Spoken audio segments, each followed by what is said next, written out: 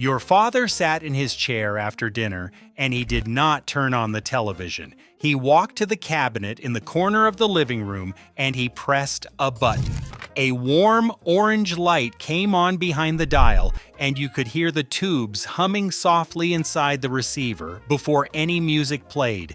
You were 7 years old sitting on the carpet, and that hum meant the world was about to change. Before we dive in, hit subscribe and drop a comment letting us know where you are watching from. He slid the record out of the sleeve the same way every time, holding it by the edges with both hands, never touching the grooves. He placed it on the turntable and lowered the tone arm. There was a soft crackle and then 3 seconds of silence where nobody moved and nobody breathed. Then the room filled with a sound so full and so warm that the musicians might as well have been standing in front of the fireplace. The bass came from somewhere underneath you. The horns floated above. A voice stood in the center of the room, not coming from a box, not squeezed through a speaker, but standing there, real, close enough to touch. You did not move. Your mother read her book in the corner. Your father closed his eyes. Nobody said a word because the music said everything. And that was a Tuesday night in 1968 in a living room that no longer exists. That receiver in the cabinet had a name on the front panel etched in silver between 2 small dove logos, and the name was The Fisher. And if you grew up in America between 1955 and 1975, that name meant something very specific. It meant the finest sound a family could bring home. It meant warm orange light and heavy brushed aluminum and a tuning dial that moved like silk under your father's fingers. It meant your father had taste.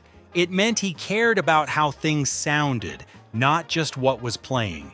And behind that name was one man who spent his entire life building something the world told him nobody needed, because he refused to accept that music from a speaker should sound like music through a wall. His name was Avery Fisher. He was born in Brooklyn in 1906, the youngest of 6 children in a small apartment where every single person played a musical instrument. His parents, Charles and Mary, had arrived from Kiev 3 years before he was born, carrying almost nothing except a conviction that music was not a luxury but a necessity, the same way food was a necessity and air was a necessity. His father collected gramophones the way other men collected newspapers, always one more, always a different horn, always searching for a cleaner sound. And by the time Avery could reach the kitchen table, he already knew the difference between a good recording and a poor one, not because anyone sat him down and explained it, but because the music never stopped in that apartment and his ears learned on their own. He studied violin as a boy and played in chamber concerts before he was old enough to drive. He graduated from NYU in 1929 and took a job designing books at a publishing house called Dodd, Mead and Company for $18 a week. He designed covers for Winston Churchill. He was talented and careful, and he called book design his first love for the rest of his life. But every night after work, he came home and sat at the kitchen table and took apart radios and rebuilt them, because the one thing he could not live with was the sound that came out of every receiver he had ever heard. Thin, flat, muffled, like listening to a symphony through a cardboard box. He knew what a live violin sounded like because he played one every day of his life, and nothing that came through a speaker in 1935 was even close to what he heard in a concert hall. The gap between the stage and the living room was enormous, and Avery Fisher decided to close it. In 1937, in the dead center of the Depression, he quit his $18 a week job and founded a company called Philharmonic Radio because he believed he could build a machine that brought the concert hall into the home. Not louder, not bigger, closer to the truth. That was his mission, and it did not change for the next 57 years. He was 31 years old and walking away from a steady paycheck because he could not accept the world as it sounded.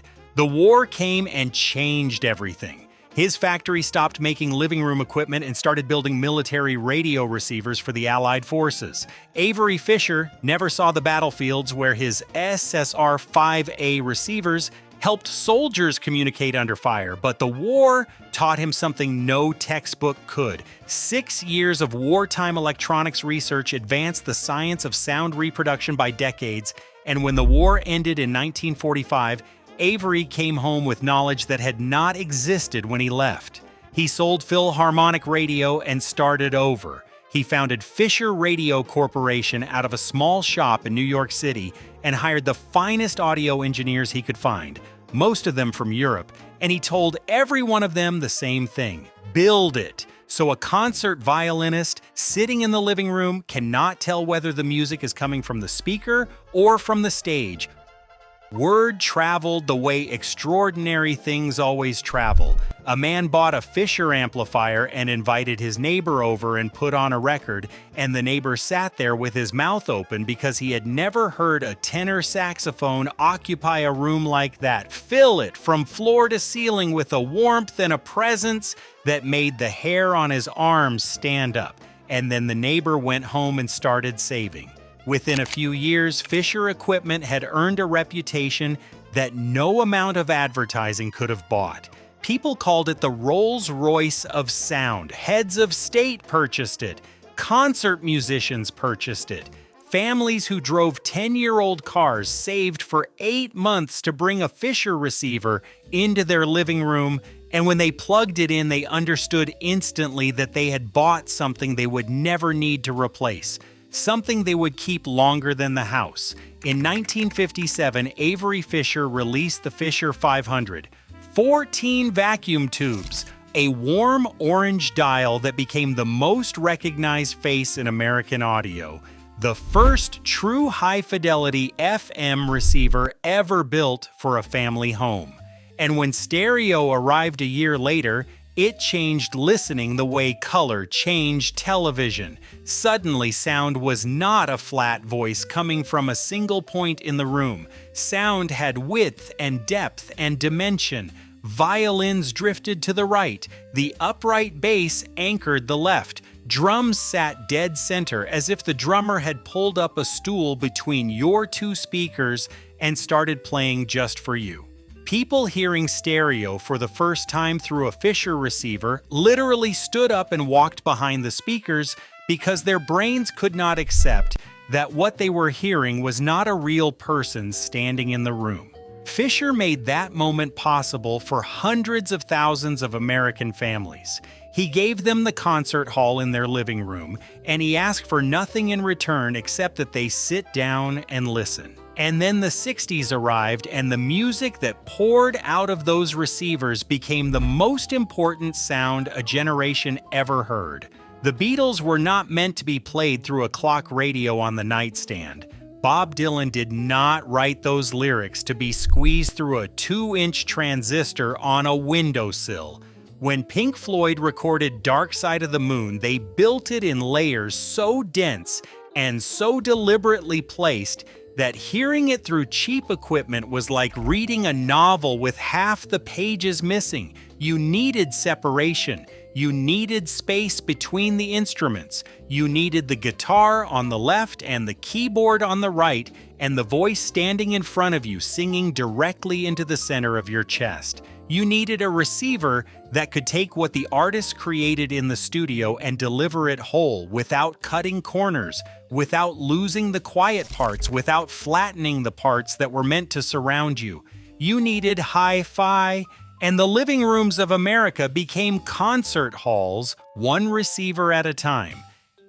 And if you were 15 in 1971, the Hi-Fi store became the most important place in your world. You walked in on a Saturday morning and the salesman did not tell you to leave because you were too young to buy anything. He treated you like a customer because he had been you once. He let you sit in the listening room in the back, the one with the carpet and the 2 chairs and the speakers positioned exactly 7 feet apart. and he put on a record and you heard things in music you had listened to 100 times that you had never heard before. A cymbal shimmer that lasted 3 full seconds, a bass note you felt in the floor, a vocal that sounded like the singer was sitting on the arm of your chair. You went home and you started saving every dollar from your part-time job because you knew you were going to build your own system, piece by piece, component by component, the way your father had. And when you finally brought that first receiver home and plugged it in and heard your own record collection for the first time through real equipment, something shifted inside you that never shifted back. This was never about status or showing the neighbors what you could afford.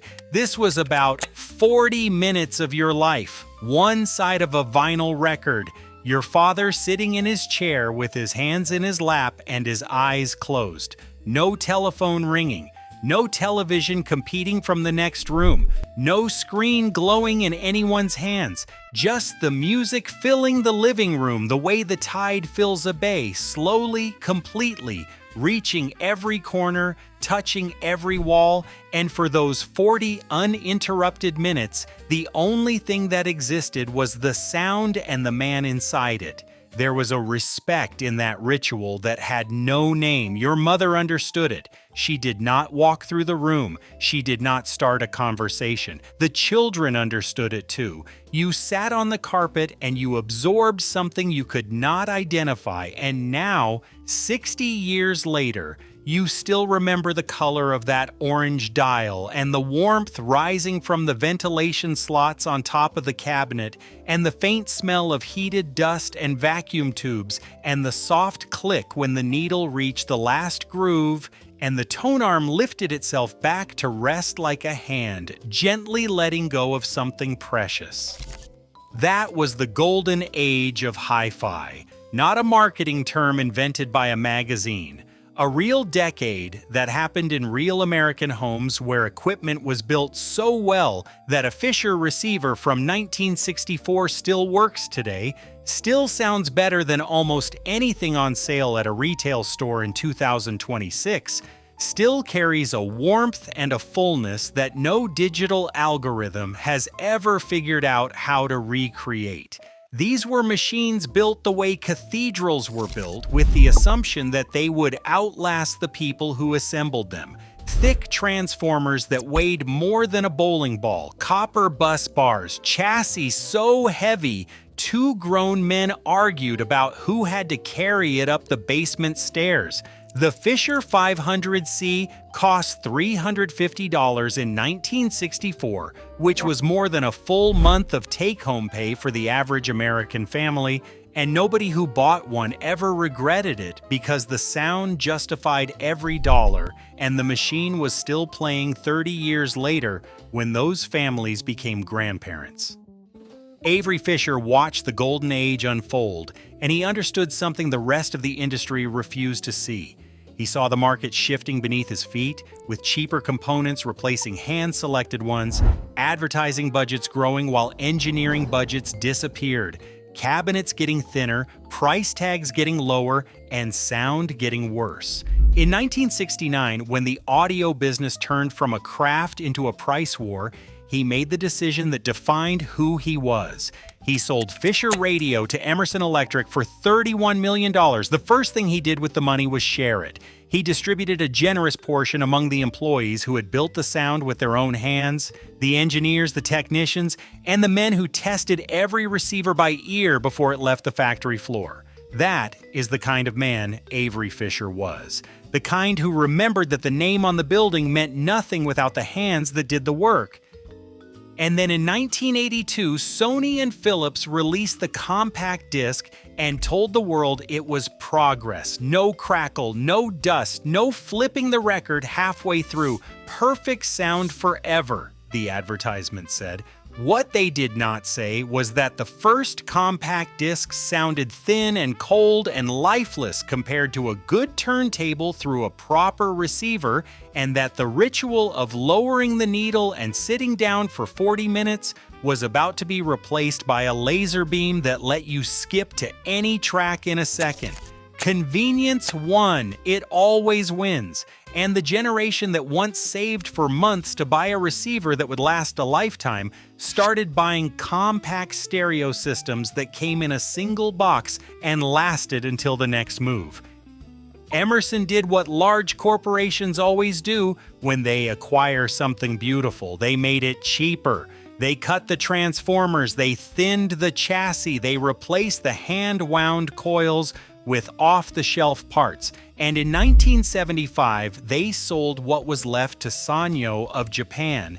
And Sanyo took the name that had meant the finest sound in American homes and stamped it on plastic compact stereo systems you could buy at a department store for under $100. The Fisher name and the two small dove logos that Avery had designed himself now appeared on equipment that he would not have allowed through the front door of his shop for repair, much less for sale. By 2000, the name was gone entirely, rebranded as Sanyo, then erased again when Panasonic swallowed Sanyo whole. If you walk into any electronics store in America today and ask for Fisher, the 20-year-old behind the counter will look at you as if you invented the word. But Avery Fisher did not retreat into bitterness or silence. He took his fortune and gave $10.5 million to Lincoln Center for the Performing Arts in New York, and in 1973 they renamed Philharmonic Hall as Avery Fisher Hall. He did not want the honor. He had to be persuaded to accept it. He was a quiet man who believed in music more than monuments, and his only condition was that the name remain there in perpetuity. He continued to attend annual sales meetings at Emerson and Sanyo long after he had no financial stake, because the sound still mattered to him more than the money ever did. He sat in rooms full of executives half his age, and he listened, and when they asked for his opinion, he gave it, and they rarely followed it. And he came back the next year anyway. He played his violin until his hands could no longer hold the bow. He funded young classical musicians through the Avery Fisher Prize. He designed books for charity because he still loved the weight of a well-made page. He sat in the fifth row of the concert hall that carried his name and listened to the New York Philharmonic perform for audiences who would never know the quiet man in the dark suit had spent his entire adult life trying to bring that exact sound into their homes. He died on February 26, 1994, at 87 years old, and the world lost someone who cared more about how music sounded than about how much money it made.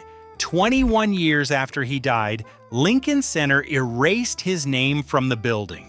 David Geffen wrote a check for $100 million, and Avery Fisher Hall became David Geffen Hall overnight. Fisher's 3 children received $15 million for agreeing to dissolve the perpetual naming agreement their father had established.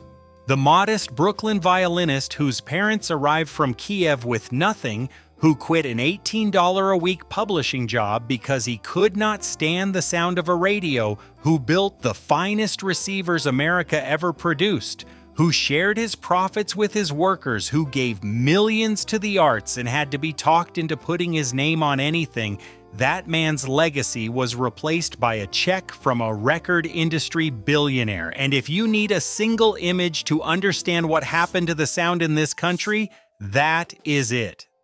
The Hi-Fi store on Main Street is gone now. The one with the listening room in the back and the salesman who knew every amplifier by serial number and would sit with you for an hour comparing 2 receivers without once checking his watch, because he understood that what you were choosing would live in your house for the next 20 years. That store is gone, the way the record store is gone, and the repair shop where a man with a soldering iron and a steady hand could bring a 40-year-old Fisher back to singing is gone too. All of it replaced by a wireless pill-shaped speaker you connect to your phone in 4 seconds and throw away when the battery dies, and never once sit down in a chair and close your eyes and give it your full attention the way your father gave his full attention to one side of a record on a Tuesday night in 1968. But the receivers are still out there, in basements, in spare bedrooms, in the living rooms of men and women who could never bring themselves to let go. 60 years old and 60 pounds heavy, orange dial still glowing soft behind the glass, tubes still warming up with that hum you remember from when you were small enough to sit on the carpet and look up at the light. Sound still wide and warm and honest, still better than anything behind the glass at any store, in any mall, in any city in this country. Still waiting for someone to lower a needle and sit down and let 40 minutes pass with nothing in the room but the music, the way it was always supposed to be heard, the way Avery Fisher intended it, the way your father heard it, before the world decided that faster mattered more than true. If you ever sat on the floor of your parents' living room while a record played through a receiver with a warm orange glow, and if the sound of those first crackles before the music started still lives somewhere deep inside your chest where you cannot quite reach it, tell me about it. Tell me what your father played. Tell me what that room smelled like when the tubes got warm, because those Tuesday nights are gone, and the living rooms are gone, and the only place any of it still exists is in the memory of the people who were there.